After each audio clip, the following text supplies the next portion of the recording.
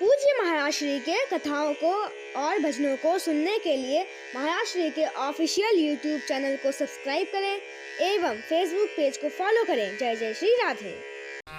इसके आगे भगवान के एक परम मित्र हैं, उनकी कथा आई है। कृष्णस्यासीत् सखा कश्चित् ब्राह्मणो ब्रह्मवित्तमः विरक्त इंद्रियार्थेषु प्रशांतात्मा जितेन्द्रियः।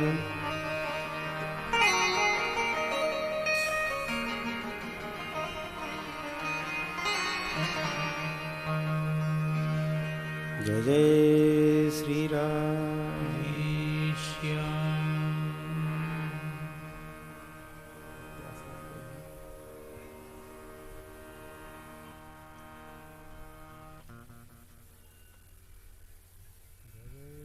श्री राम।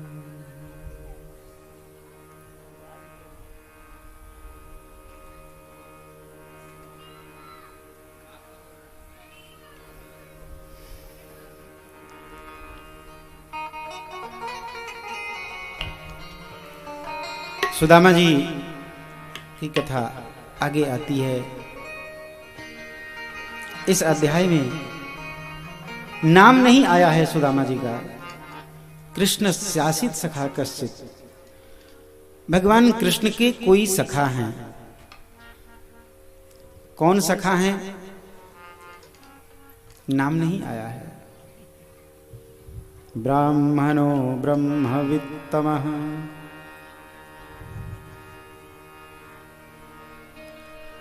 ब्रह्म ज्ञाता हैं, ब्रह्म विद्या को जानने वाले हैं। विरक्त इंद्रियार्थेषु प्रशांतात्मा जितेन्द्रियः, इंद्रियों से विरक्त हैं, प्रशांत मन वाले हैं, जिनका मन सदैव शांत रहता है। भगवान से कभी कुछ मांगना नहीं, जो मिल गया है बस उसी में संतुष्ट हैं। जो मिल गया है बस उसी को लेकर परमात्मा का भजन करते रहना है। जय जय श्री राम।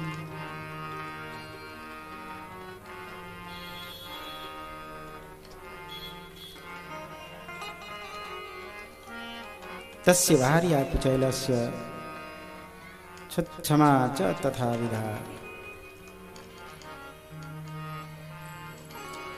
श्री सुदामा जी भगवान से कुछ याचना नहीं करते। जो प्रभु ने दे दिया बस उसी में अपने को प्रसन्न रख रहे हैं।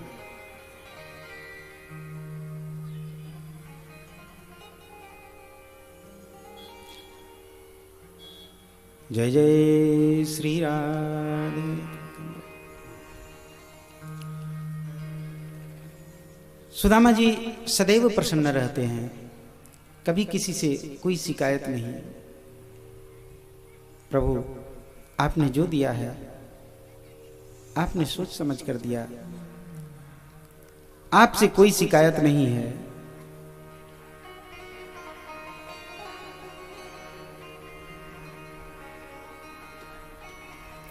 आप जैसे रख रहे हैं बस उसी में मैं प्रसन्न हूं।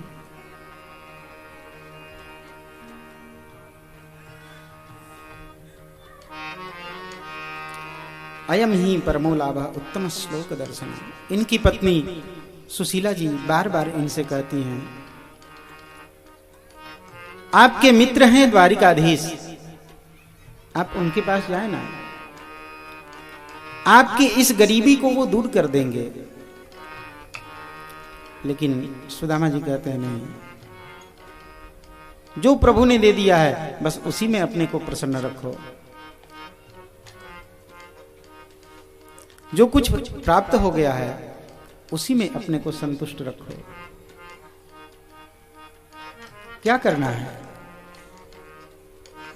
ऐसी संपत्ति को रखने से क्या फायदा, जिसकी रात दिन निगरानी करने में ही हमारा जीवन व्यतीत हो जाए।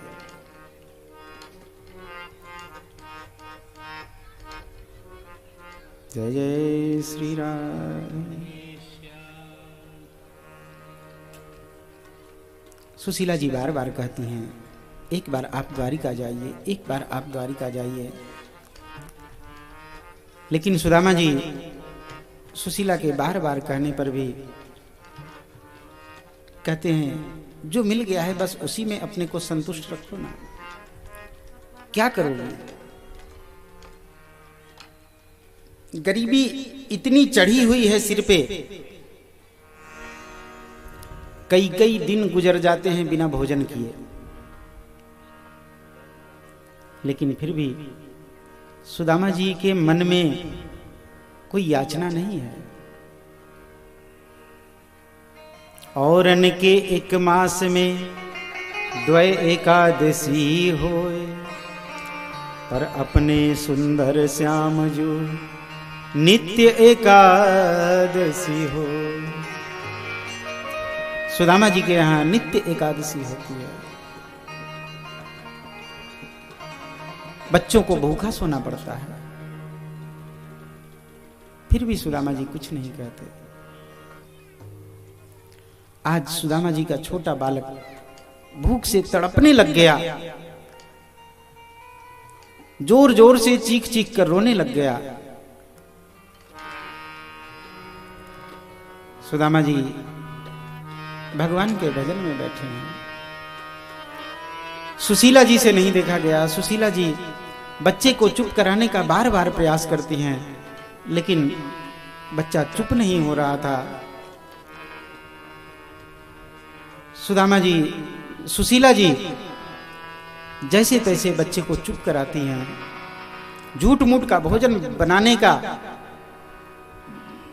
उद्यम करने लगी हैं, दिखावा करने लगी हैं। बच्चे ने देखा तो बच्चे को देखकर मन में संतुष्टि हुई कि हाँ अब भोजन मिल जाएगा। बच्चा सो गया है। तब जाकर सुशीला जी सुदामा जी से कहती हैं, प्रभु आप एक बार द्वारिकाधीश के पास जाओ ना। सुदामा जी कहते हैं, देवी अरे वो तो सर्वांतर्यामी है, उससे भला क्या छिपा हुआ है, वो सब कुछ जानता है, वो सब कुछ देख रहा है। उससे क्या ये हमारी दशा छिपी हुई है, वो सब कुछ देख रहा है, सब कुछ जान रहा है, क्या करना है। अगर उसे इसी में प्रसन्नता हो रही है तब तो वो ऐसा किए हुआ है, छोड़। उनके ऊपर सब कुछ छोड़ दे। सुशीला जी का हृदय भरा हुआ था। रोते रोते कहने लगी सुशीला जी, नाथ आप अपने लिए ना सही, इन बच्चों के लिए तो जाओ। ये बच्चे भूख से बिलबिला रहे हैं, इनसे भूख सहन नहीं हो रही, इनके लिए तो जाओ। सुदामा जी कहते हैं, देवी मैं तू ये बच्चे सब उन्हीं के हैं, जिसे जैसे रखना है वो रखते हैं, मैं उनसे क्या कहूं। जब सुदामा जी किसी प्रकार से नहीं माने, सुशीला जी कहती हैं, नाथ क्या वैराग्य की भट्टी में आपने अपने हृदय को इतना जला दिया है कि आपके उस बचपन के मित्र से मिलने का भी आपका मन नहीं हो रहा। जब ऐसी बात कही है सुशीला जी ने, सुदामा जी की आंखें भर आई, झरझर झरने लग गई आंखें। सुदामा जी कहते हैं, देवी मिलने का तो बहुत मन करता है उससे, लेकिन उसके पास जाऊं कैसे, उससे मिलूं कैसे।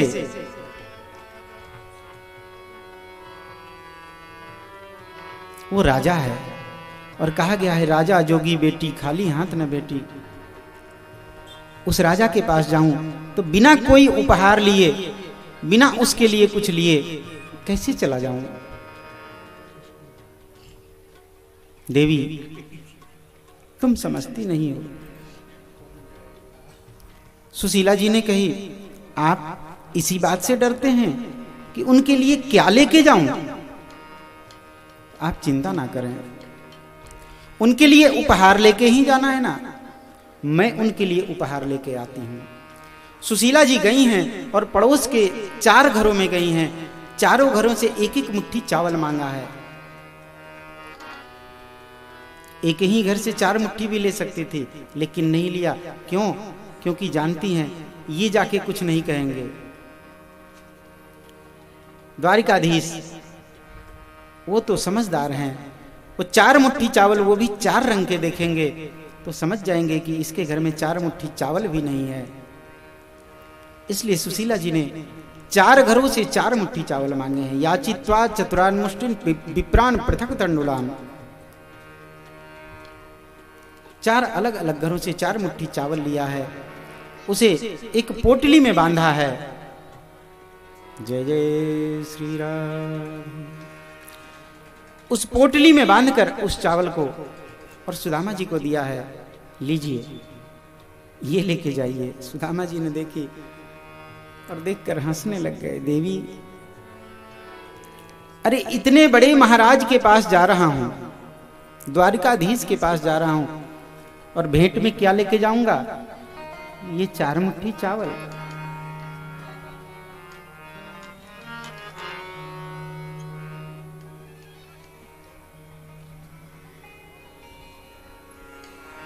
क्या उसके लिए यही उपहार है? इतने बड़े राजा के पास क्या यही उपहार लेके जाऊंगा? सुशीला जी कहती हैं, आपको देने में परेशानी होगी, आपको देने में कोई कठिनाई हो तो आप एक काम करना, कह देना कि तुम्हारी भाभी ने भेजा है, मेरी तरफ से कन्हैया को ये दे देना। सुदामा जी कहते हैं ठीक है। सुदामा जी ने वो चावल लिया पोटली में, अपनी लठिया उठाई है और लठिया उठा के चल पड़े हैं। फटली लुगरिया में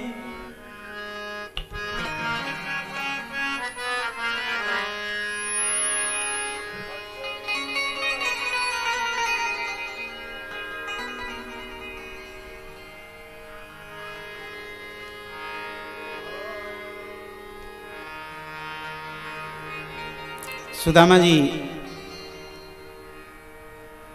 पोटली को अपनी बगल में दबाते हैं, लेकर सुशीला के कहने पर जय जय श्री राम।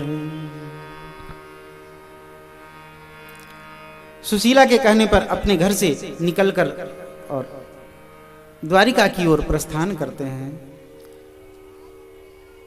कखिया तर लीहले दबाए हो सुदामा चल ले। फटली लुगरिया में बांधी के गठरिया हो सुदामा चल ले। कखिया तर लीहले दबाए हो सुदामा चल ले। कखिया तर लीहले दबाए सुदामा चल ले। फटली लुगरिया में, फटली लुगरिया में बांधी के गठरिया हो सुदामा चल ले। कखिया तर लीहले दबाए हो सुदामा चल ले। कखिया तर लीहले दबाए सुदामा चल ले।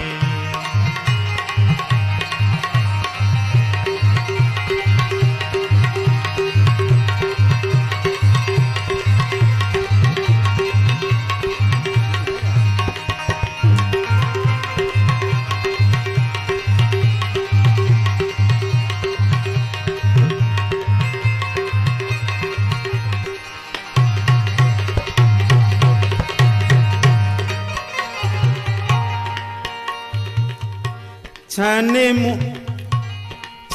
मुस्कात छन ढरत नजरिया हो सुदामा चल ले। छन मुस्कात छन ढरत नजरिया हो सुदामा चल ले। छन छन बैठे ठहराए हो सुदामा चल ले। छन छन बैठे ठहराए हे सुदामा चल ले।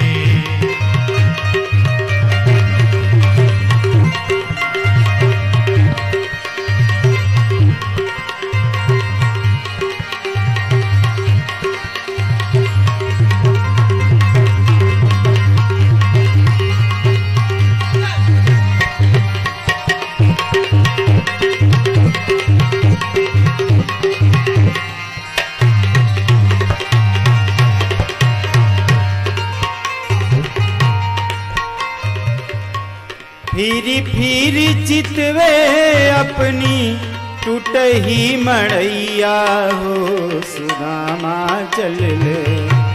फिरी फिरी अपनी टूटही मड़ैया है फिरी फिरी चितवे अपनी टूटही मड़ैया हो सुदामा चल ले। फिरी फिरी चितवे अपनी टूटही मड़ैया है सुदामा छन छन बैठे ठहराए हो सुदामा चल ले।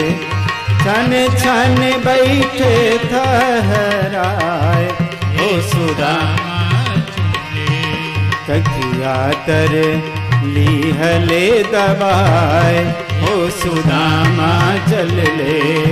तकिया तर लीहले दबाए हो सुदामा चल ले।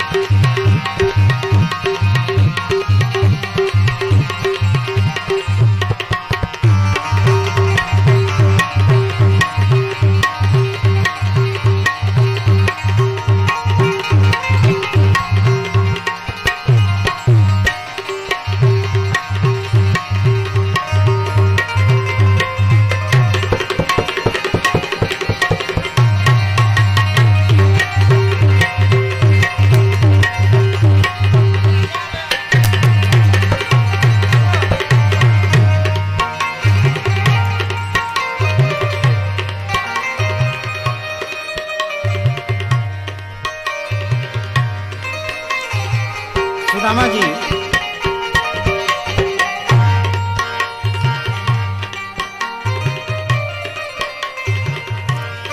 का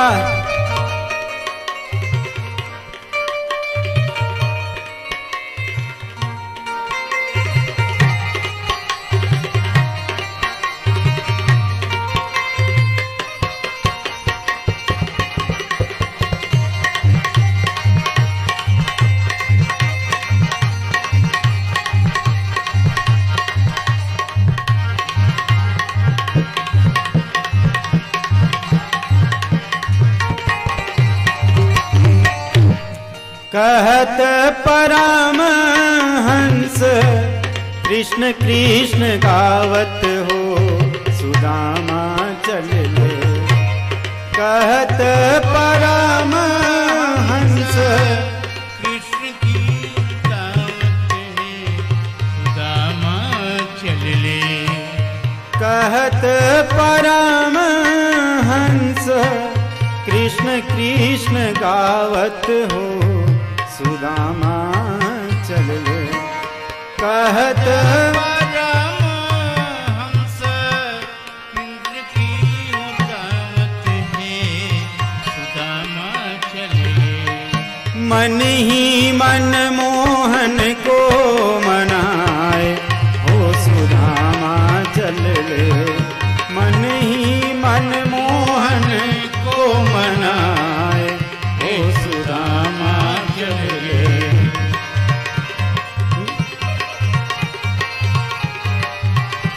सुदामा चल ले। तरनी है ले दबाए हो सुदामा चल ले। कटिया तरनी है ले दबाए हे सुदामा चल ले।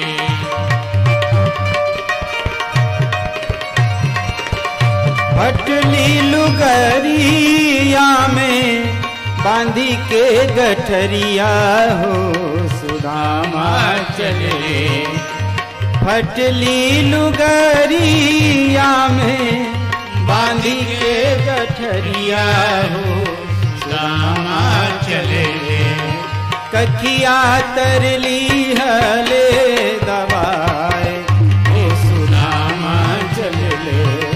कखिया तरली हले दबाए हो सुदामा चल ले। कखिया तरली हले दबाए हो सुदामा चल ले। कखिया तरली हले दबाए हो सुदामा चल ले।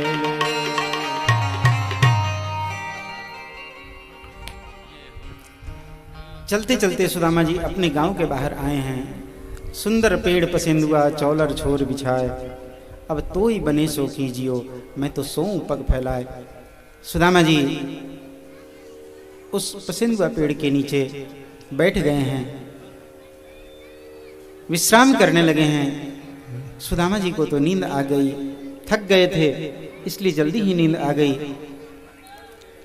लेकिन द्वारिकाधीश की नींद उड़ गई। द्वारिकाधीश सोचने लग गए इसे कैसे अपने पास बुलाऊं। रुक्मिणी जी ने देखा है, द्वारिकाधीश बड़े व्यथित थे।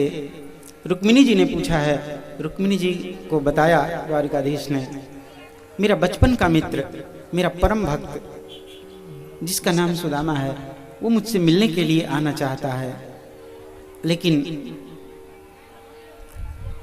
शरीर तंदुरुस्त न होने के कारण गांव के बाहर ही निकलकर आ नहीं पाया। वहीं पेड़ के नीचे विश्राम कर रहा है। सोच रहा हूं उससे मिलने जाऊं, कैसे मिलने जाऊं, क्या करूं।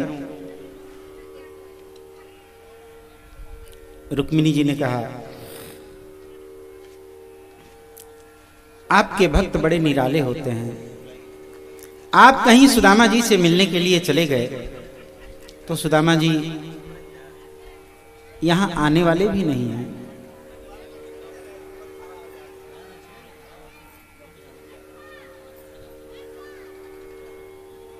जय जय श्री राधे।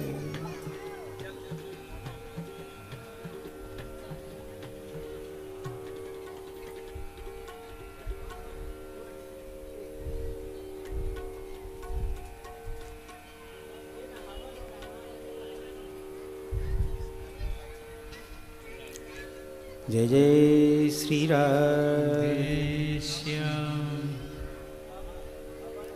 रुक्मिणी जी ने कहा उन्हें यहीं बुलवा के ले आइए। रुक्मिणी जी के कहने पर गरुड़ जी को भेजकर द्वारिकाधीश ने सुदामा जी को द्वारिका के सिंह द्वार तक बुलवाया है। सूर्य नारायण को आज्ञा दी है। भगवान सूर्य नारायण उदित हो गए हैं। इसके बाद सुदामा जी उठकर जल में स्नान करते हैं।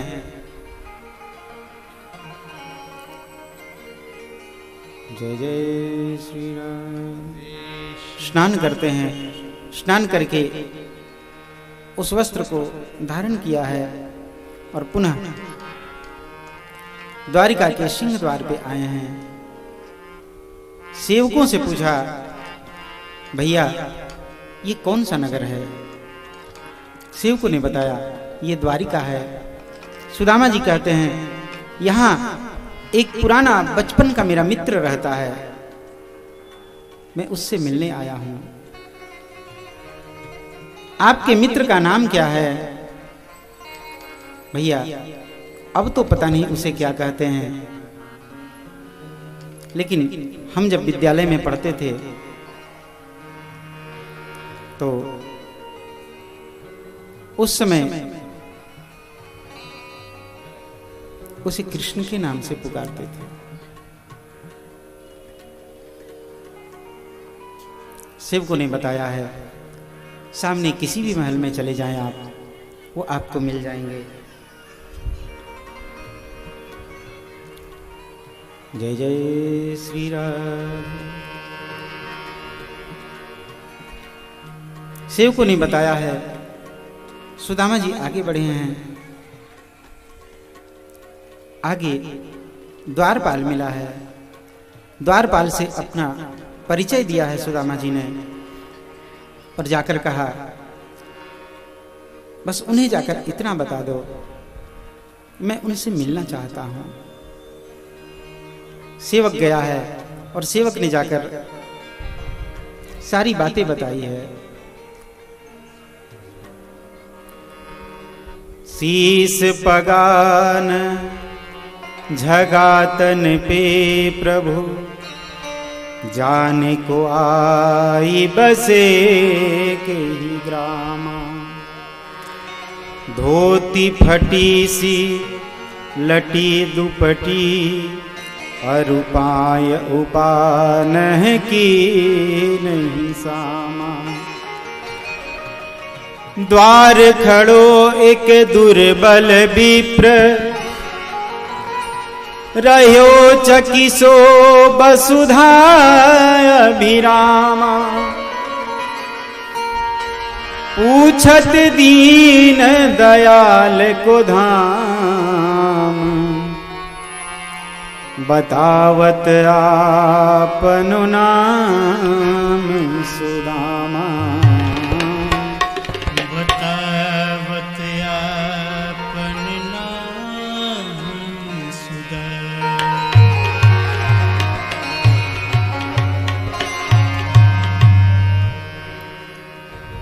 द्वारिकाधीश के पास जाकर दूत ने सारी खबर सुनाई है। प्रभु द्वार पे एक विप्र आए हैं, बड़ी अद्भुत छवि है उनकी। धोती फटी सी लटी दुपटी और पाए उपाना की नहीं समा। पैरों को देखकर ऐसा लगता है जैसे पैरों में आज तक कभी जूती पन्ही नहीं पहने हों।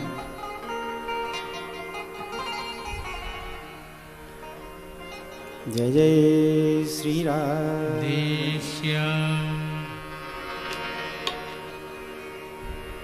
सुदामा जी ने सुदामा की बात सुनी है, सुदामा का नाम सुना है द्वारिकाधीश ने, और द्वारिकाधीश दौड़ पड़े हैं। उठे राम सुनि प्रेम अधीरा, कहूं पट कहूं निसंग धनु तीरा। दौड़ पड़े हैं प्रभु। देखा है सुदामा को, एक हड्डियों का ढांचा मात्र था सुदामा। दौड़ कर गए हैं द्वारिकाधीश, जाकर अपने मित्र का आलिंगन किया है, अपने हृदय से लगाया है। दोनों मित्र एक दूसरे को देखकर झरझर अश्रुपात होने लग गई है, रोने लग गए हैं। द्वारिकाधीश की आंखें सुदामा की पीठ पे बरस रही थी और सुदामा की आंखें द्वारिकाधीश के पीठ पर। दोनों बहुत देर तक एक दूसरे को पकड़कर रोते रहे। सुदामा को लगा कहीं मेरी कठोर हड्डियां द्वारिकाधीश को गड़ ना जाए। कन्हैया को लगा कहीं मेरी बाहु पास में जकड़कर सुदामा की कोई हड्डी ना टूट जाए। दोनों ने एक दूसरे को छोड़ा है। सुदामा जी को लेकर आए हैं अपने महल में, यहां लाकर बिठाया है, पाद्य अर्घ आचमनीय देकर पूजन किया है। जितनी श्री रुक्मिणी जी इत्यादि थी सबने प्रणाम किया है। सुंदर स्नान इत्यादि करवाकर सुंदर सुंदर वस्त्र पहनाए हैं। कन्हैया ने भोजन करवाया सुंदर सुंदर। इसके बाद सभी पत्नियों से को आशीर्वाद लेने के लिए कहा है। सभी ने एक एक करके आशीर्वाद लिया है। सबको सौभाग्यवती भव का आशीर्वाद दिया है सुदामा जी ने। इसके बाद सुदामा जी को विश्राम करने के लिए कक्ष में ले गए हैं। सुदामा जी के चरण को दबाने लग गए हैं द्वारिकाधीश। और सुदामा जी से पूछा, भैया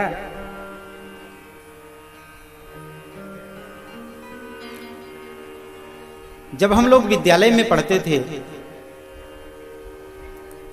तो विवाह नहीं हुआ था।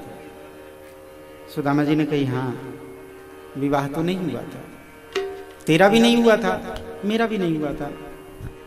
बोले हाँ। बोले एक बात बता, तेरी इतनी सारी पत्नियां हैं। सुदामा जी ने कही, तेरी इतनी सारी पत्नियां हैं, इनमें से एक भी विवाह के समय मुझे क्यों नहीं बुलाया? कन्हैया ने कही, तूने मुझे क्यों नहीं बुलाया? सुदामा जी ने कही, मैंने तो अपनी गरीबी के कारण तुझे नहीं बुलाया। कन्हैया ने कही, मैंने भी गरीबी के कारण तुझे नहीं बुलाया। अरे तेरी कौन सी गरीबी? इतने बड़े महल में बैठा है, फिर तेरी कौन सी गरीबी आ गई?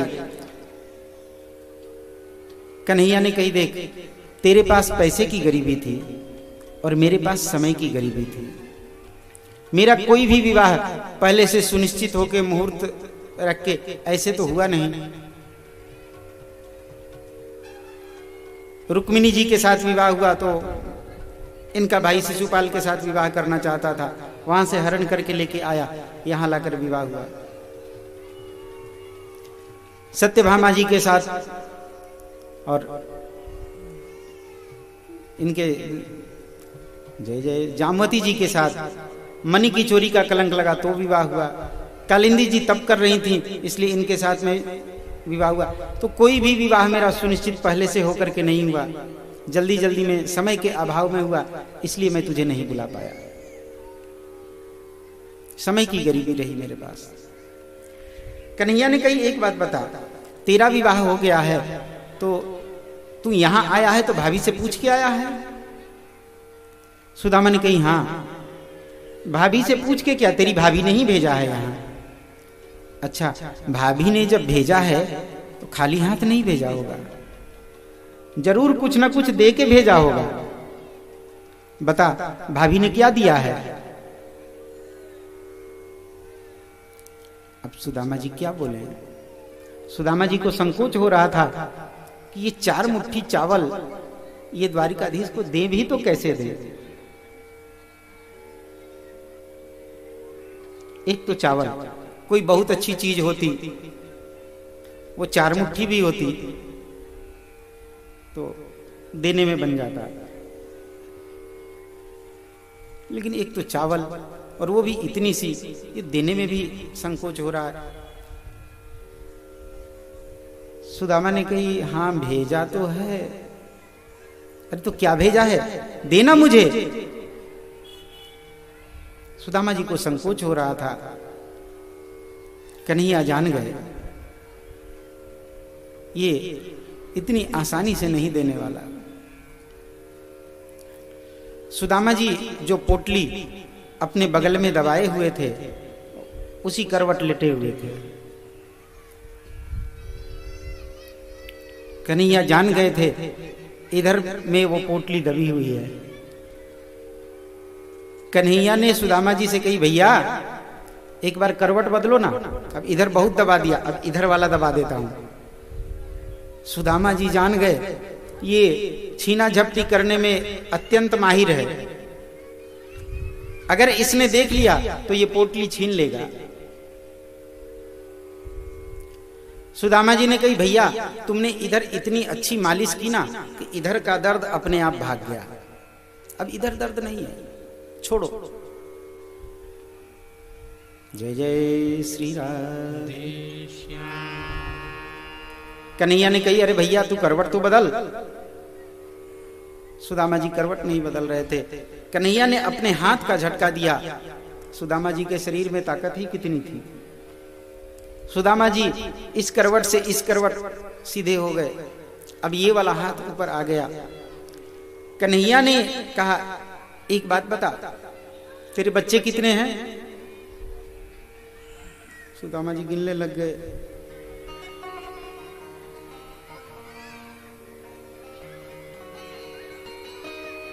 अरे कितने बच्चे हैं? बोले याद नहीं। तुझे तेरे बच्चे याद नहीं? बोले मैं आपकी माला जपता हूं, मुझे माला याद रहे कि बच्चे याद रहे? चल ठीक है, एक बात बता, तेरा जो सबसे छोटा बच्चा है वो कितना बड़ा है? बोले इतना बड़ा। उससे बड़ा? इतना बड़ा। उससे बड़ा? इतना बड़ा। उससे बड़ा? इतना बड़ा। ऐसे हाथ ऊपर किया, वो जो पोटली दबी हुई थी वो पोटली नीचे गिरी है। उस पोटली को कन्हैया ने उठाया। स्वयं जहार किमिदं मिति विप्रान पृथक तंडुलान। पोटली को खोलने की जरूरत नहीं पड़ी, पोटली फटी, उसमें से चावल निकले। कन्हैया ने 2 मुट्ठी खाई, तीसरी मुट्ठी खाने वाले थे, तब तक तो रुक्मिणी जी ने पकड़ लिया हाथ। रुक्मिणी जी ने कहा, अपने भक्त का प्रसाद आप स्वयं खा जाते हैं और कभी देते नहीं और बताने लगते हैं फिर कि इस भक्त के प्रसाद में इतना ज्यादा स्वाद था, इसलिए आज हम सब भी इसको बांट कर खाएंगे। अरे आप बांट को भी खाओगी तो 16,108 भाग में एक एक दाने भी नहीं पड़ेंगे। बोले कोई बात नहीं, इसको पीस के इसकी चटनी बना के खाऊंगी, लेकिन आपको नहीं खाने दूंगी। ये रोक क्यों ली? 2 मुट्ठी खा के 2 लोग की संपत्ति प्रभु दान कर दिए हैं, तीसरी मुट्ठी खा के 3 लोग की संपत्ति अगर दान कर दिए तो द्वारिकाधीश सुदामा बन जाएंगे और सुदामा द्वारिकाधीश त्रिलोकपति बन जाएगा। इसलिए रोक लिया है सुदामा जी को। जय जय श्री कन्हैया को रोक लिया है। इसके बाद सबने आपस में प्रसाद लिया है। सुदामा जी अगले दिन प्रातःकाल उठकर नहा धोकर तैयार हुए हैं, अपनी नगरी जाने के लिए तैयार हुए हैं। कन्हैया ने इनको सहर्ष विदा किया है। सुदामा जी जब अपनी नगरी में आए हैं तो यहां आकर देखा तो इनकी नगरी का हाल ही बदला हुआ था। लग रहा था जैसे वापस पुनः द्वारिका में आ गए हैं। अपना घर ढूंढ रहे थे लेकिन इनका घर ही नहीं मिल रहा था।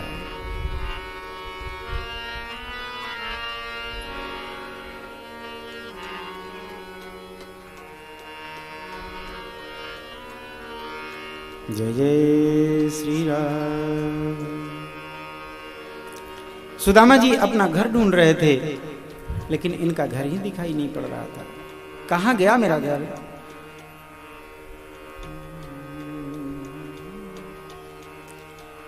यही तो मेरा घर था। यहाँ हती मेरी राम कुटरिया, यहाँ कहाँ के भूप उतरे,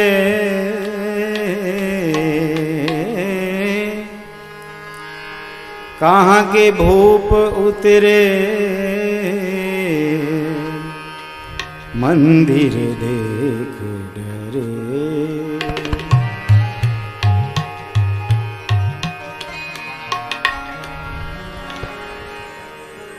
सुदामा जी सोचने लगे मेरा घर यहाँ कहाँ, यहाँ से कहाँ चला गया। सुशीला जी ने देखा है। सुशीला जी सुदामा जी को बुलवाती हैं। सुदामा जी आए और सुदामा जी ने आकर सुशीला जी को देखा है। अरे इतनी सारी धन संपत्ति कहां से आई? सुशीला जी बोली हैं, हरि प्रेरित विश्वकर्मा आए, छन मह सारे महल बनाए। विश्वकर्मा जी ने आकर ये सारे महल बनाए हैं। इस महल को भी उन्होंने ही बनाया है। सारी बात जान गए हैं सुदामा जी। लेकिन सुदामा जी तो निष्किंचन भक्त हैं भगवान के, भगवान से कुछ कामना नहीं करते। सुदामा जी ने सुशीला से कही, देवी इस धन संपत्ति को रखने से क्या फायदा? इस धन संपत्ति की पहरेदारी करनी पड़ेगी। जो हम सुख से भजन करते हैं वो सुख में भजन भी नहीं कर पाएंगे, इसलिए इन धन संपत्ति का दान कर दो। सुदामा जी के कहने पर सबने उन धन संपत्ति का दान कर दिया है और सुदामा जी निष्किंचन की भांति रहकर, पूर्ववत भांति रहकर और भगवान का भजन करने लगे हैं। जय जय श्री राधे। पूज्य महाराष्ट्री के कथाओं को और भजनों को सुनने के लिए महाराष्ट्री के ऑफिशियल यूट्यूब चैनल को सब्सक्राइब करें एवं फेसबुक पेज को फॉलो करें। जय जय श्री राधे।